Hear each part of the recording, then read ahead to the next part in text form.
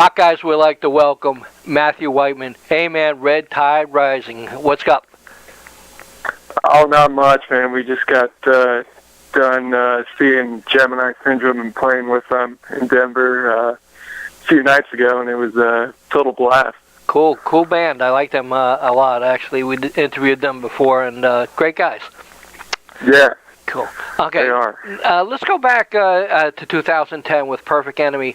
That basically started it all for the band, but really, what I noticed in 2012 with Inferno, the EP, your videos.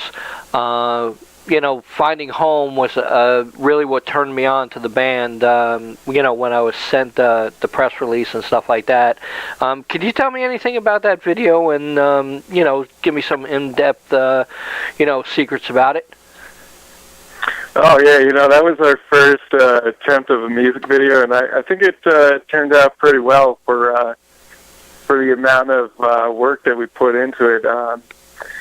Yeah, we chose that one because of the meaning of the song, the helping the victims of depression, and so that song was pretty cool to make a music video for. We shot in a bunch of different locations, and every single shot where it's on that cliff part was at a beautiful park that just overlooked mountains, and it had some really great backgrounds that we explored with, like the tree and the sunset going on back there, and it was a great music video, and our director was great to work with, and we're really happy with it, and the other music video is great as well that he made.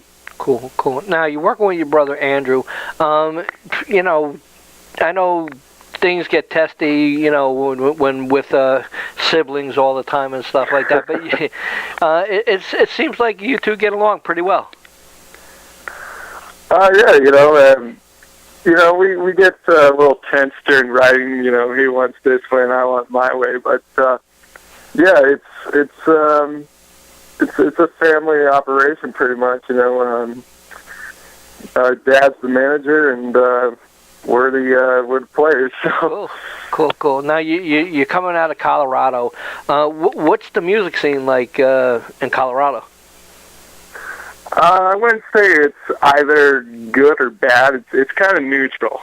A lot of it's really unpredictable, pretty much. Like you could have a great show with a lot of people one night, and then you're playing some bartender another night. So it's a pretty tough market, and that's why we try to get out of state and tour as much as we can.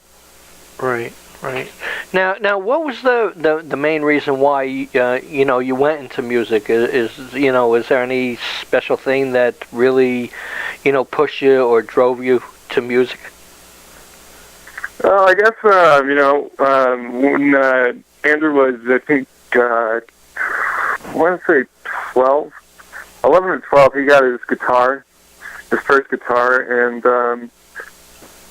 he just, started getting into the music, and what got us into music was AC/DC, and at the elementary school that we went to, they had a talent show every year, and we decided let's do a AC/DC cover for it, and that's what got us started. I mean, I've been doing this since 9. Wow. I started out doing AC/DC covers, and that broke off right before I went into high school, and then that's when we formed Red Tide Rising and pursued original content. Right. Now you were talking about high school and stuff like that. Once you become like a part of a band and starting getting a little success and stuff like that, is it difficult to find out really who's your friend and who's not?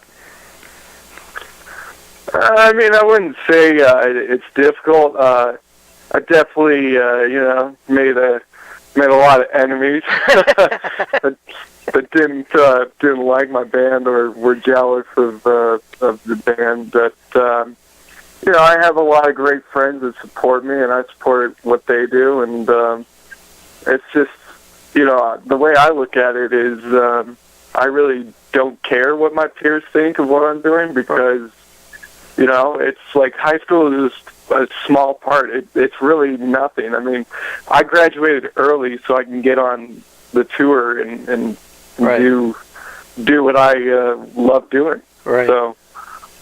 Right. How'd you actually find out you had a talent for singing?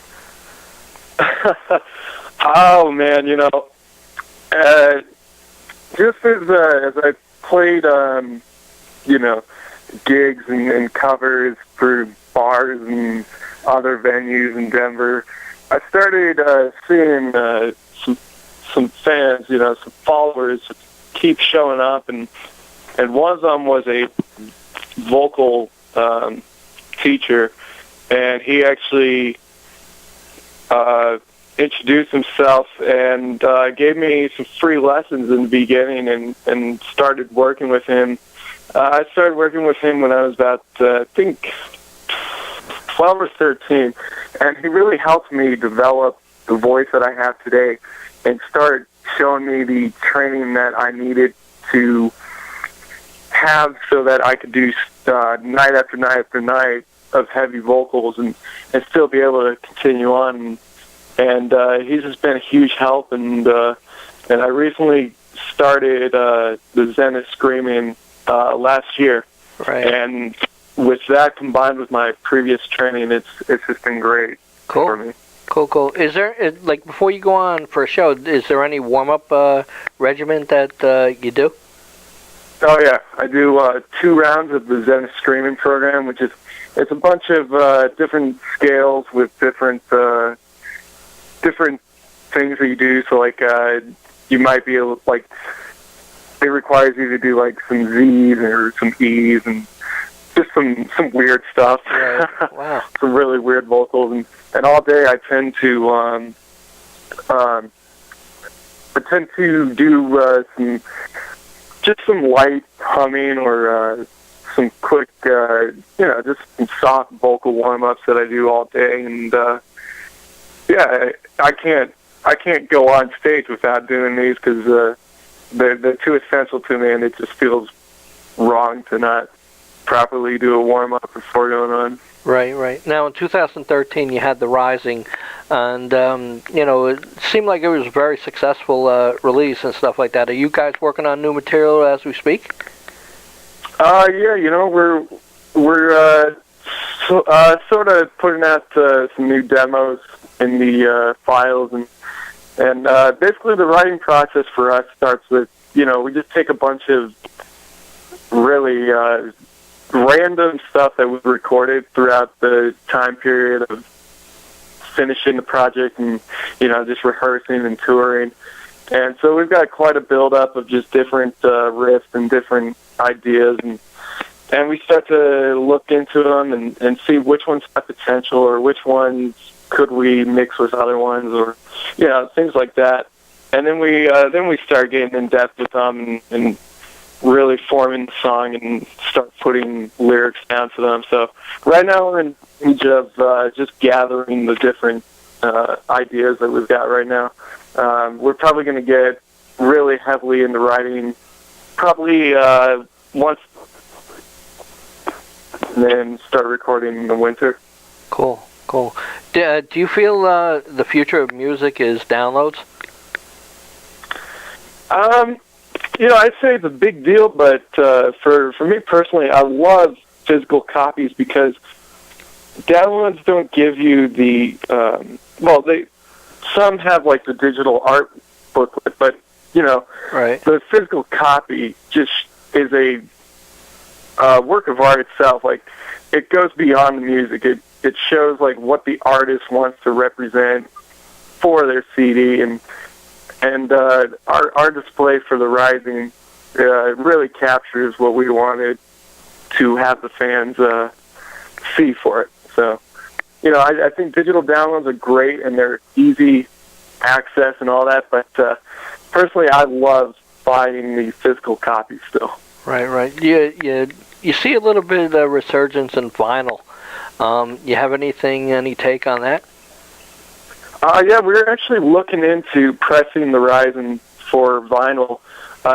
It's just a process that, it costs a lot right now, and we're just on the priorities list. It's not as high as what we need to do, but I think we're going to try to put it into vinyl here within the year. Cool. When the first time that you had to give an autograph, what was that feeling like? It was pretty cool, that these people actually, wanted my signature, and probably by the time I gave my first autograph, I didn't know cursive, so it was probably just a squiggle line or something. But it's a cool feeling to give autographs and to meet these fans that really believe in the music. Right. Is it uncomfortable when a relative asks? No. I mean, it's sort of their duty. They sort of have to support me, Like a mom and dad. One of my friends wanted an autograph. It must be pretty amazing just have your parent or whatever or sister saying, my friend wants an autograph, can you do it for me? So when you guys go on the road, you have any special requests from the venues or anything like that you require? I mean, we like to put on a great stage show, so we bring more equipment than necessary, I guess. Like we've got a lot of custom screens and artworks that we put on the stage, and we have cryo units that we own, and so we like to put those up in larger venues that will fit for those. But right now we just take what we can get, because trying to build the name up. So true. Now, I was watching some video of you guys doing acoustic work. Do you enjoy doing acoustic stage shows? Yeah, I think they're a great opportunity for me to alter the songs in different